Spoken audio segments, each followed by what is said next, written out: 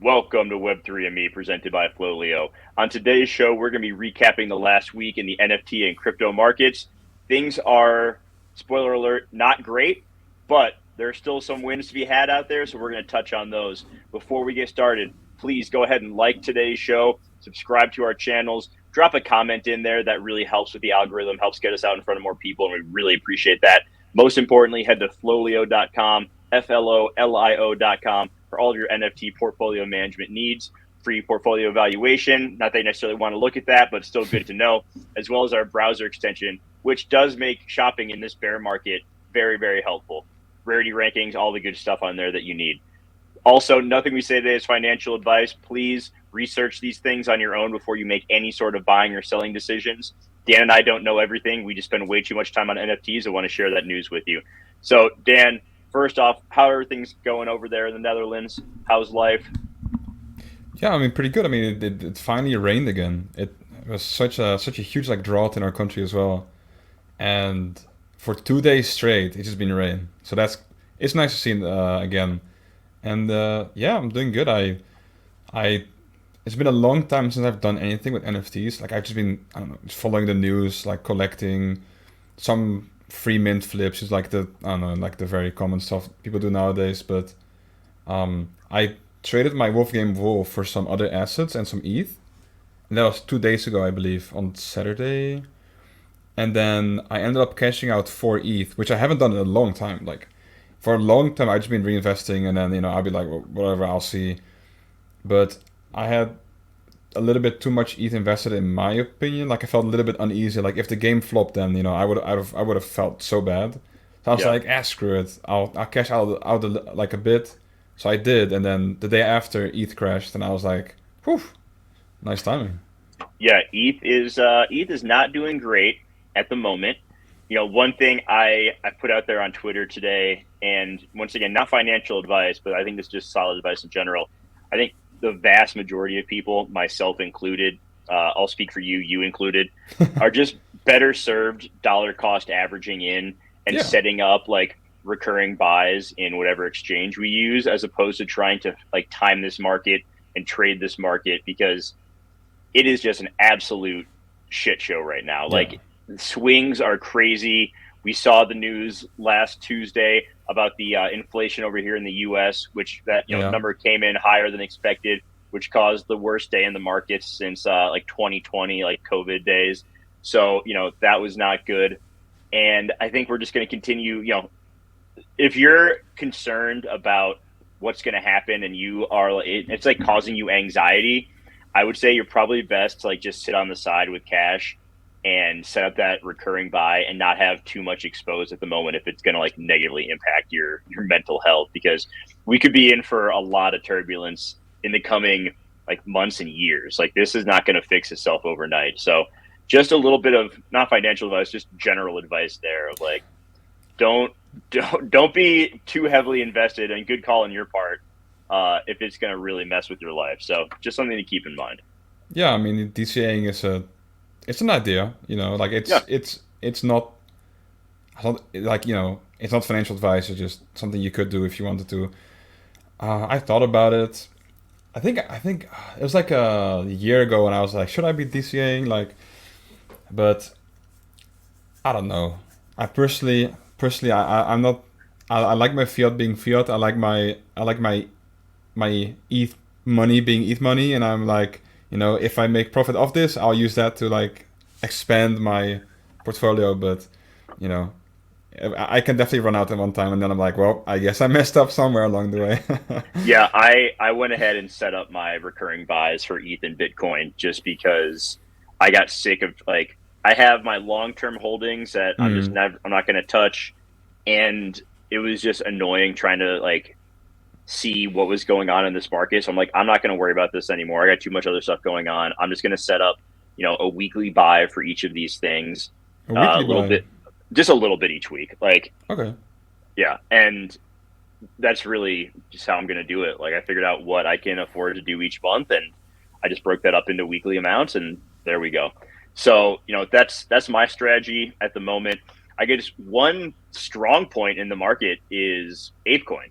ApeCoin took a huge run up on Really? Saturday, like a really big run up. Yeah. And it came back down with everything else, and now it's pumping again. Like it's over $5.50 right now. There was some concern from myself included that the release of 25 million ApeCoin to early contributors to the launch of the platform was going to adversely affect the price. That did not play out. That launch, that unlock, I believe, happened on Saturday or Sunday. And we also have news that on Thursday, Horizon Labs, who is building the platform to stake ApeCoin, is going to be hosting a Twitter Spaces with the ApeCoin community, and they're going to be getting in depth into their platform, how it's going to work. We already have the details from the proposal that was passed of how much ApeCoin you can stake based on if you have an ape or if you have a mutant, whatever. So they're just going to be getting deeper into that. I think there's still, from what I can tell, and I need to find this data, but someone shared a chart of how much ape is held by individuals versus how much is needed to max out staking for all Yuga assets. And there's still a lot of people who need to add to their holdings if they want to hit the max contribution.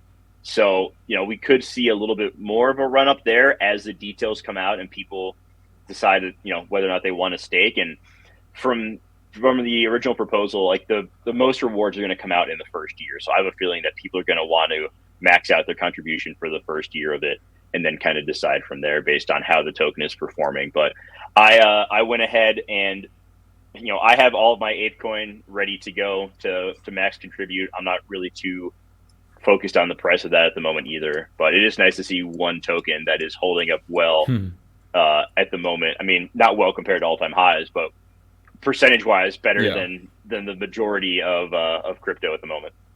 Yeah. So do you know why it like had a huge run up on Saturday? I don't. Like, I think that people were expecting it to dump and And it it didn't. didn't. And so then everyone was like, all right, I guess I need to grab my ApeCoin because, staking is coming soon.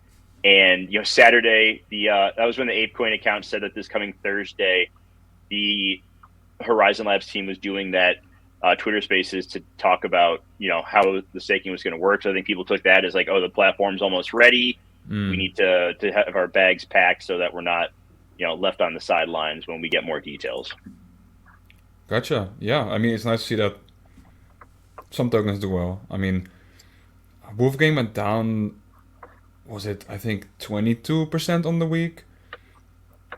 But you know, it was That's not after a great. huge bump. Yeah. I mean, in Yeah. general, it's not great, right? But Yeah. that's also just long term stuff, right? For Yeah. me, like For sure. it could go to zero, and I'd be like, whatever. Well, it was fun while it lasted. Exactly. Maybe, hopefully it doesn't get to that point. Yeah. So Yeah. let's Yeah. kind of get into the NFT market over the last week. We've seen from over the last 7 days, $80 million in OpenSea volume. If we look at that compared to like daily volume earlier this year or back in like the highs, it's like a fraction of what days were. So Oof. it is not good.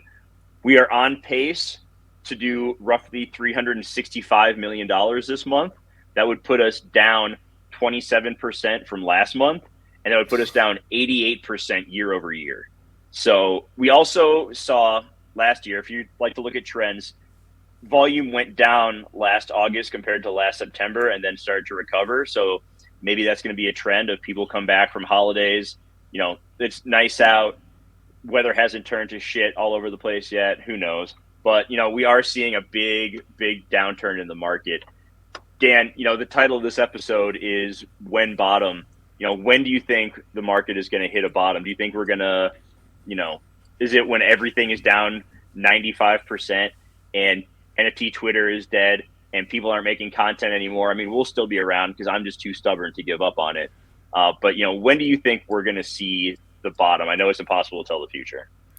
Well, as a wise man once said, if it's 95% down, it can only go down 5 more percent, right?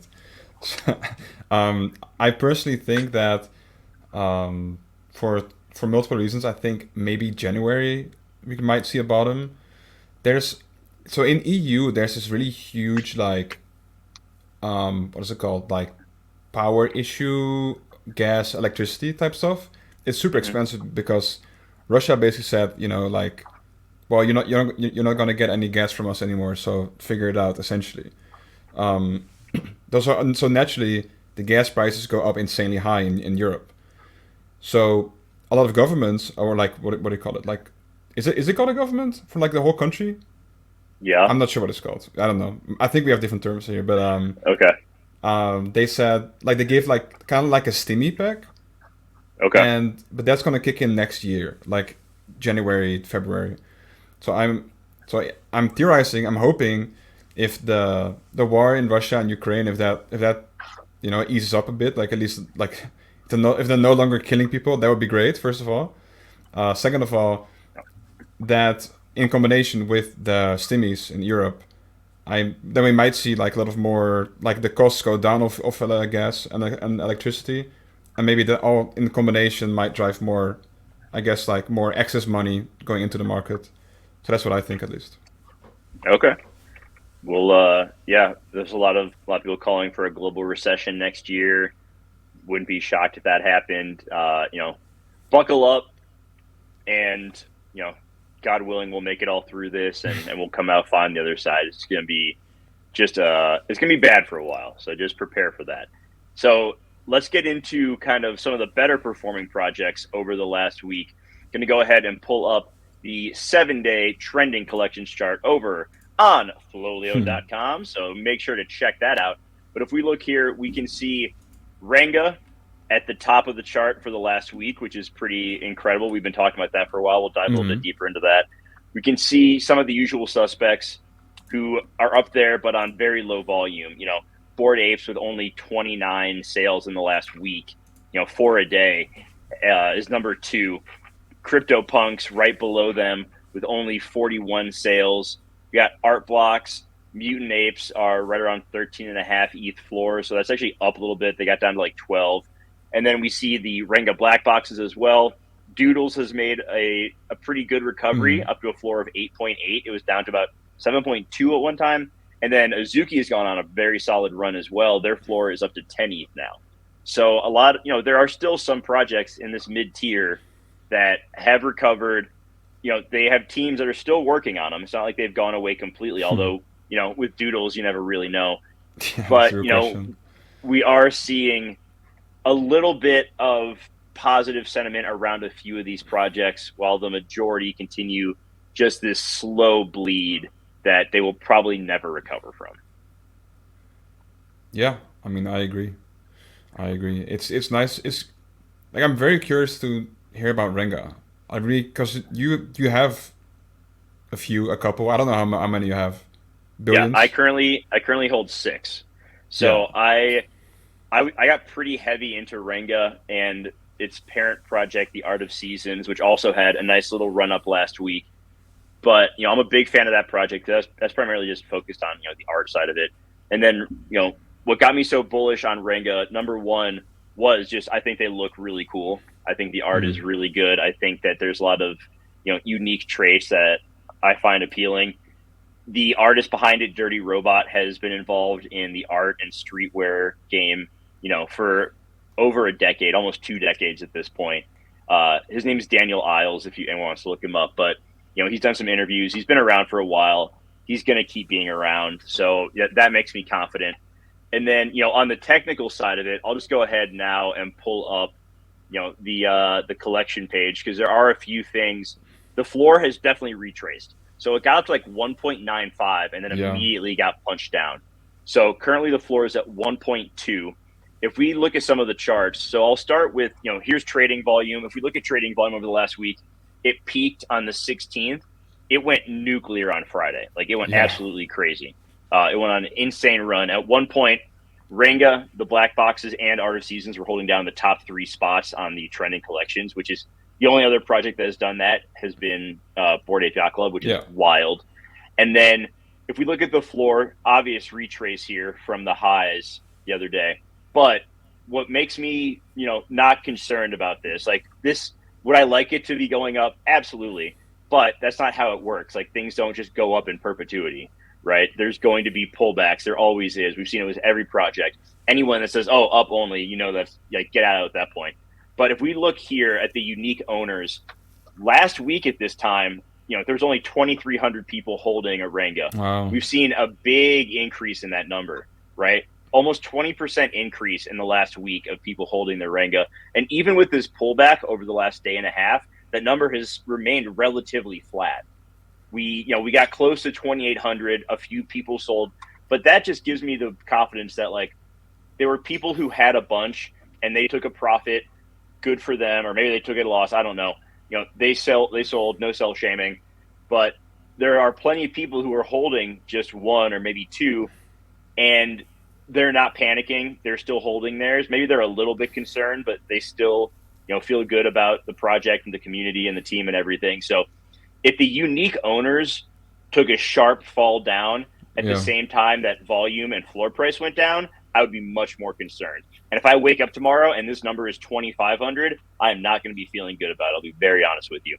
But seeing the unique ownership stay steady gives me plenty of confidence to continue to hold this project, because I do think that as things get announced, as they do more with it, they have a partnership with We New Labs, who runs 10KTF. So we don't know everything that's going on there. The We New Labs team helped like launch the site, like that's on the site, but there's more to it than that, because the 10KTF Twitter account tweeted about Renga as well. So I think that there's, something else going on that we don't quite know about. And I'll actually get into a little bit more of that when we get to the 10KTF part, because there's something I want to talk about there. Yeah, and the fact that they had a retrace of like, that like by what is it like? Was it 0.6 kind of? Point And 7. 0.7. And as you can see from this chart, they haven't lost many unique owners. So that means there's still 400 something new owners that still believe in the project, right? So that's Yep. incredibly bullish. It just goes to show that the people that are currently selling are primarily people who have multiples. They're selling a singular Renga. So the faith is still there. So that's definitely way more important than the current floor price. So that's good to see for sure. And if you go onto our site and you check out these charts, you can kind of see like there's some up and down. I think there's also plenty of people who saw that big pump up, didn't want to buy into the FOMO, decided to wait, while other people who did buy into the FOMO are now panicking and are trying to, just get out now. And, Mm-hmm. Other collectors who maybe have a little more patience are using this opportunity. I think that's kind of what's causing a little bit of the waviness up and down there, that chop, if you will. So that's just kind of my thoughts on it right now. We can move on past Renga. Let's talk about CoolCats, because I know that they've had a pretty good week as well. Yeah, KuCoin's definitely had a good week, and it was kind of random. Floor was 2 ETH, and I was thinking to myself, do I buy another one? Like, do I buy my second CoolCat at 2 ETH? I was kind of looking forward to it. I was kind of thinking in my head already, like, oh, which one am I gonna get? Like, oh, there's so many different choices, all the different trades, and then suddenly I see like a bunch of, so there were like 4 or 5 purchases made by like verified accounts, and I was like, huh, interesting. I don't. I think one of it was the founder of Goblin Town, and then there were some other ones. I don't recall. Some people were saying they were like VCs or something, but I didn't really check. I didn't really go to their profile and do whatever. But so yeah, they went up to 2.8. So they went from 2 to 2.8 in like a day or two. And I think part of this is because they're gonna have a town hall on Wednesday, and this is quite surprising because they mentioned that they were gonna have less town halls. They used to have a town hall like every single week or something. And what can you do in a week in NFT world? Like there's so much stuff to work on. You can't really have a town hall every single week, and then like it's hard to talk about stuff, right?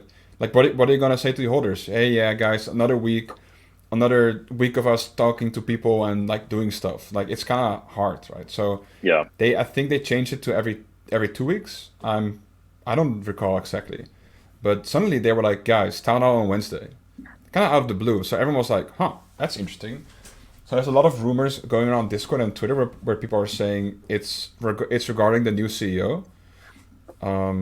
Unsure if this is true or not, but I guess we're gonna have to find out on Wednesday. And yeah, I mean, if it is about the new CEO, I wonder if it's like a good CEO. Like I don't know what qualifies as a good CEO. Maybe someone from Web 2. It's billboards again. um, So yeah, it's gonna have to wait and see. And they also opted in for open rarity, and that's something I hadn't heard of yet. And it's apparently a like OpenSea rarity calculation, which is kind of odd because they say it's like an objective rarity calculation that kind of is one size fits all, which seems kind of weird to me. But I guess I guess we're gonna have to see how that works. But it's a collaboration between Curio, IC Tools, OpenSea, and Proof. So that should be happening next week. So I'm wondering, I Hmm. wonder how that looks like and whether it's accurate. It's apparently open source, so I suppose people can like go in and change it per project. I don't know. Seems like a lot of work, so I wonder if it's even good. But It seemed like a lot of work, and that it opens itself up to problems as well that yeah, aren't really necessary. Like, yeah, it seems kind of odd.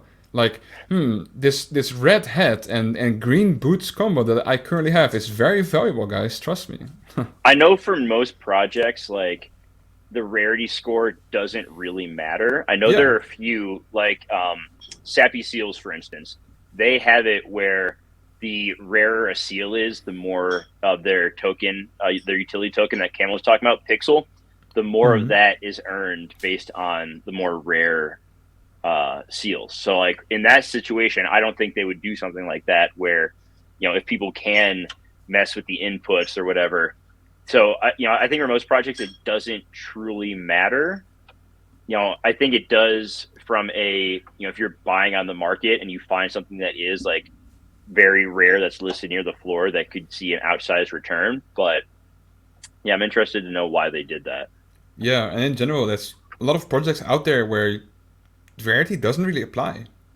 Yeah, Like this is the last time I bring up Wolf game. Okay, trust me, JWeb, trust me. This is the last time today. Okay, I I promise. don't believe you. Oh, I'll today. try Okay, today. I today, got you. today, today, exactly. So the Wolf game lands right. There's four resources. That's like a slider between 0 and 400. How the hell are you gonna like apply a rarity to that? It's so extremely difficult. I think if we were to try to do it with our team, we'd have to sit there and be like, it's probably gonna take like days of math and figuring out like how the hell do we want to apply rarity to this thing. And And for some I'm projects, it not doesn't doing that matter. math. Oh, I'm not doing it either. I can't do math for shit. So Okay. Well, we'll see. We'll see how it plays out. We got a few other projects to talk about. I know we've mentioned Gutter Cat Gang before as well. They just had their GutterCon event, which was a 3-day event really, out in Las Vegas. This is their second year doing it. They had their own private poker tournament. They went to a couple of clubs in Vegas. They did like a big group dinner. They had a pool day yesterday, like a big pool party day at Wet Republic at MGM yesterday. All the pictures and video I saw, it looked like a great time. I mean, I'm too old to party like that. Like I would die probably after the first night. But the younger kids, the youths, if you will, they look like they had a great time. And I think that you can't sleep on the fact that like Gutter Cat Gang is going to be around. They're doing fun stuff like that.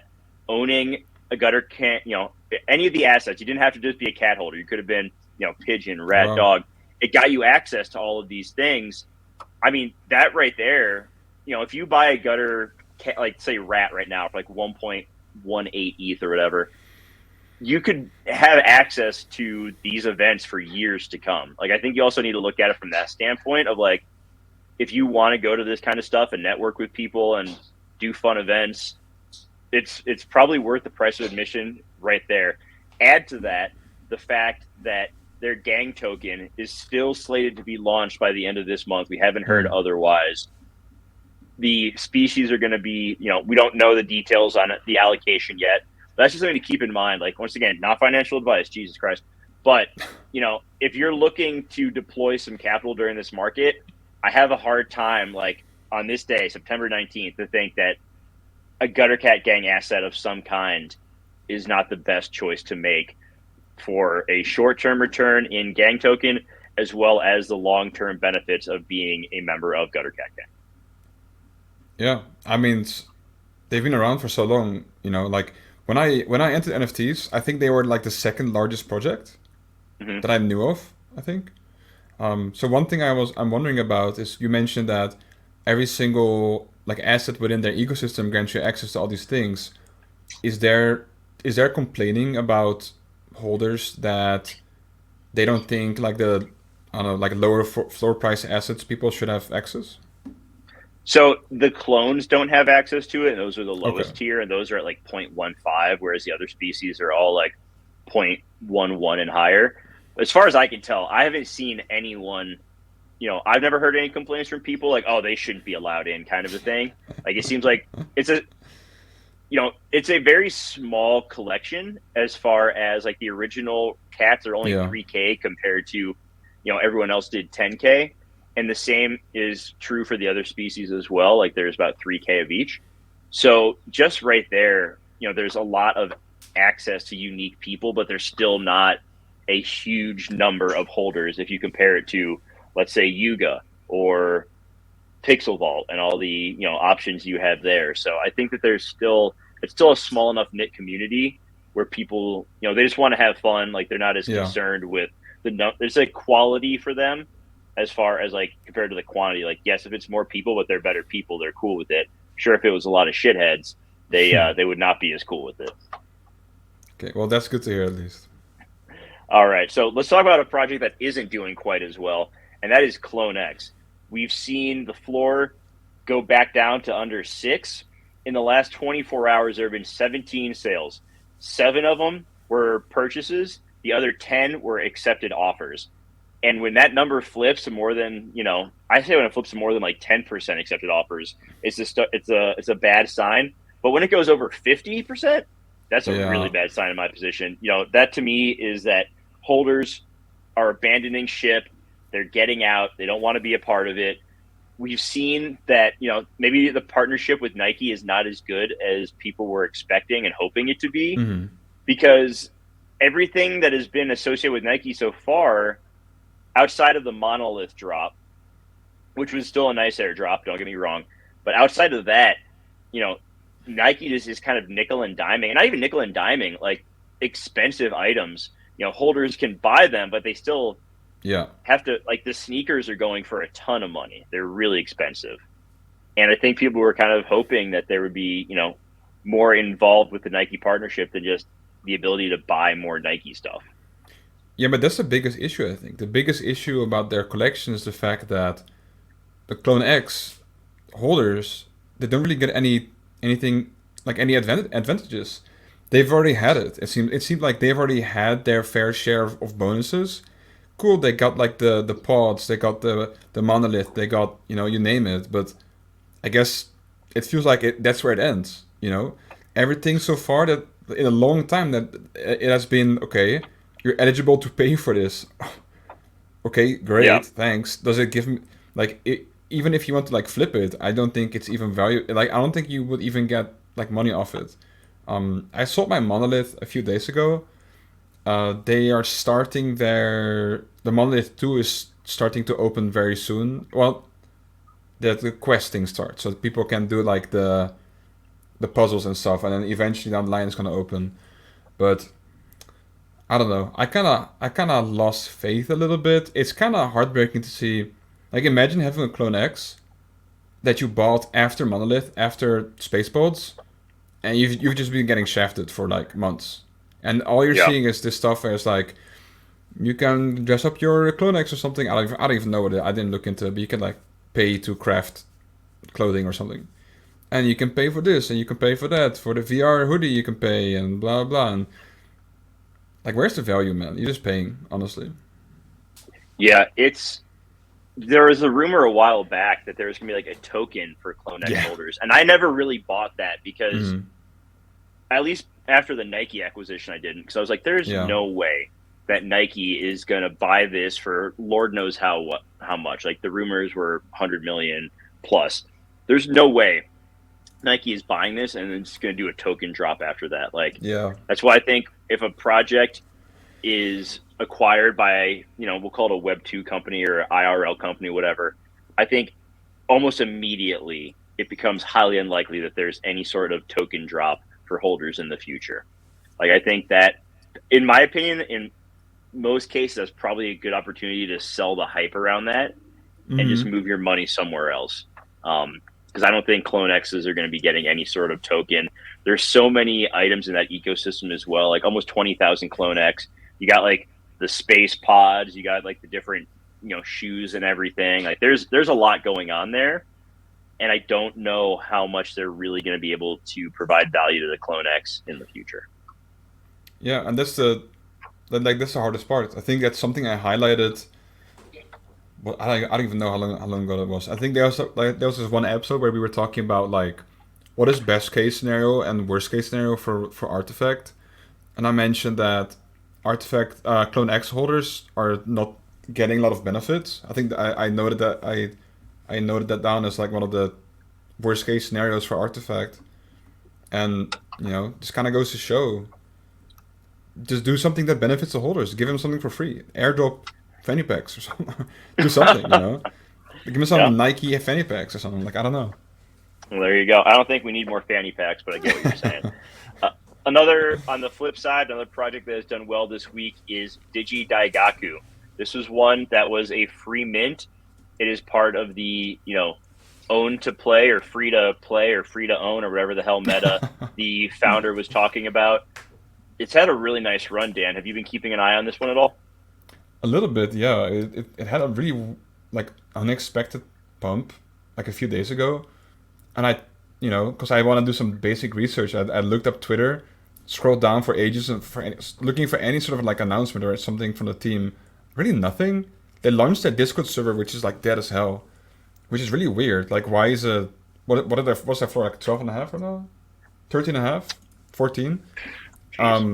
I looked at their Discord and it's 2,000 people, barely any messages. Like it's pretty weird to see this like lack of engagement and Hmm. interaction for a project that pumped like a whole like what is that like 9 ETH or something weird. I don't know. It's a bit weird, and they have like 2,000 assets. Um, yeah, they went up immensely, so I guess they're Awesome. doing something well. Yeah. I just looked at it. Floor is 13 and a half. This project has 10% creator royalties on it. To me, a that's a pretty noticeable red flag. I get that It's a it was a lot. free mint, but 10% royalties plus the 2.5% open sea fee. I mean, if you're buying right now at 13 and a half, just to break even, you are banking on the fact that it's going to go up to, let's see, number, like I said, number is not too good. You need to go to 15.2 to break even on your purchase. Like that's still not a sure thing by any stretch of the imagination. So, I'm not touching this project. I missed out on it. I'm just going to chalk it Yeah, up as, I missed out, and I'm just going to kind of move on and not worry about it. yeah. Do you think that's strategy that they would maybe think about? Like, if the floor is 12, then it needs to be like I don't know, like 13 and a half, 14 for them to get profit. Is that like a more of like an incentive for holders to hold, do you think? Maybe like a weird question, but Well, I mean, then it's becoming a pyramid scheme, right? Like if the I'm not holders saying yeah, band I'm not saying anything. together and everyone's like, okay, now it's your turn to sell for X of liquidity. Oh, And Dan, now it's your turn to sell for X of liquidity. Like, yeah, I don't know about this whole Digidaigaku thing. I'm steering clear, not financial advice, do your own research, yada yada yada. So let's wrap it up with 10 KTF, and this kind of brings things full circle. hmm, Last Thursday was the 1 year anniversary of the launch of 10 KTF and our introduction to Wagmi-san. If you're new to the show and you don't know what 10 KTF is, please head back to our channel page, scroll down. I did like a 22-minute video that that recapped everything that 10 KTF has done, why I'm so excited about it. But for those who are caught up, the 1 year anniversary happened. The next part of the story where everyone banded together to power the mech to fight the kaiju monster happened. The mech lost to the kaiju, so it seems like all hope is lost. I have a theory, and it could be totally wrong. I give this a 5% chance of being accurate, maybe more, maybe like 10%. My theory is that Renga is this is where they're going to introduce Renga to the 10 KTF storyline, and Renga is going to be what comes in to save the day. So a couple of reasons. Number one, they brought they introduced Renga to as part of We New Labs to some extent. Mm-hmm. 10 KTF takes place in New Tokyo. The creator, Dirty Robot of Renga, lives in Tokyo. So I think Dirty Robot is going to be introduced, and we've seen like in some of the animation and videos like these portals to other worlds or whatever. So I think Dirty Robot and the Renga army is going to come through from the portal and is going to help Wagmi-san save New Tokyo and is going to be kind of the hero of this part of the 10 KTF story. That's my prediction. Like I said, it's a long shot, but I think you could kind of piece it together and maybe it's going to happen. I don't know. Okay, well, I'm gonna invest my entire net worth in Renga now. So thanks for the Please, financial advice. please don't do that. Whatever you do. But yeah, the 10 KTF story it's still, I think it's really cool. Like they did a video showing the kaiju and the mech fighting, and it was like compared to pretty much every other NFT animation we've seen, it's one of the best, like if not the best. So I still think that we have a lot that can happen with 10 KTF, and I'm excited to see where the story goes next. We should know more this week.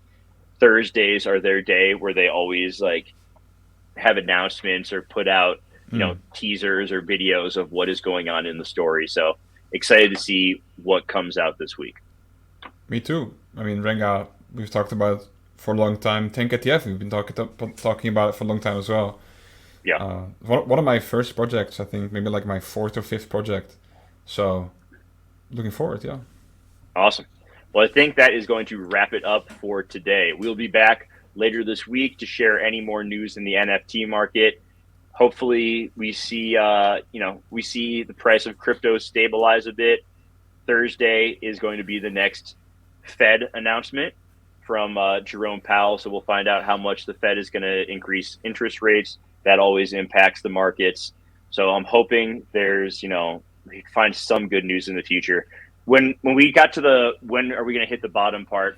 For me, I think it's going to be once we see consecutive months of inflation going down by meaningful numbers. And by that, I mean more than like 0.1%. Like I think once we see inflation go down, not just in the US, obviously, but it's incredibly high all over the world. So once we start to see a consistent decline in those numbers, I think that'll mark, the bottom, and we could see a slow grind back up from there.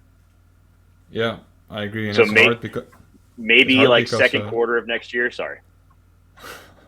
It's like what I was gonna say is that it's hard for NFTs to like increase in volume in general, right? Like how the hell is NFTs going to have like a good month, or like two good months or something when the entire market is like eating shit, Yeah.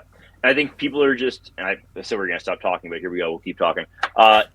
People have money on the sidelines. Like there's still a lot of money sitting in USDC, USDT, GUSD. There's a lot of money on the sidelines that people aren't ready to deploy yet because they're not convinced that we've seen the bottom.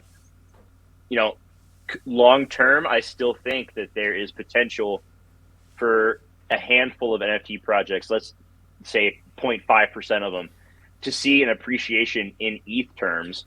And so, there's still wins to be had in this market if you're paying attention to it, if you're willing to take small profits here and there. Like the days of things 10xing in a week are probably over. But if you're willing to take a 25% increase in a week, which is really good. Yeah. Like especially if you look at it compared to other markets, like that's still incredible. Like, don't be afraid to take small wins here and there. And like we mentioned with Digidaigaku, take into account, when you're buying something, if you're buying it to try to flip it, what does that price need to get to in order for you to see a return that you're happy with? Do you see it getting to that point, honestly? And set that price target and stick to it. And don't be afraid to sell before the top, because otherwise you're going to miss out on profits. So that's my last thing for the day. Dan, any final words for the people before we head out of here? Not really. I mean, maybe just in general, just like, don't be afraid to sell some stuff now and then, just like I did. I mean, I'm still like a very big believer in Web3 and NFTs, but still, you can cash some stuff out now and then. Like play it safe, I suppose. Don't risk everything. So those are my closing statements. All Yeah, right. your honor. Beautiful. Perfect.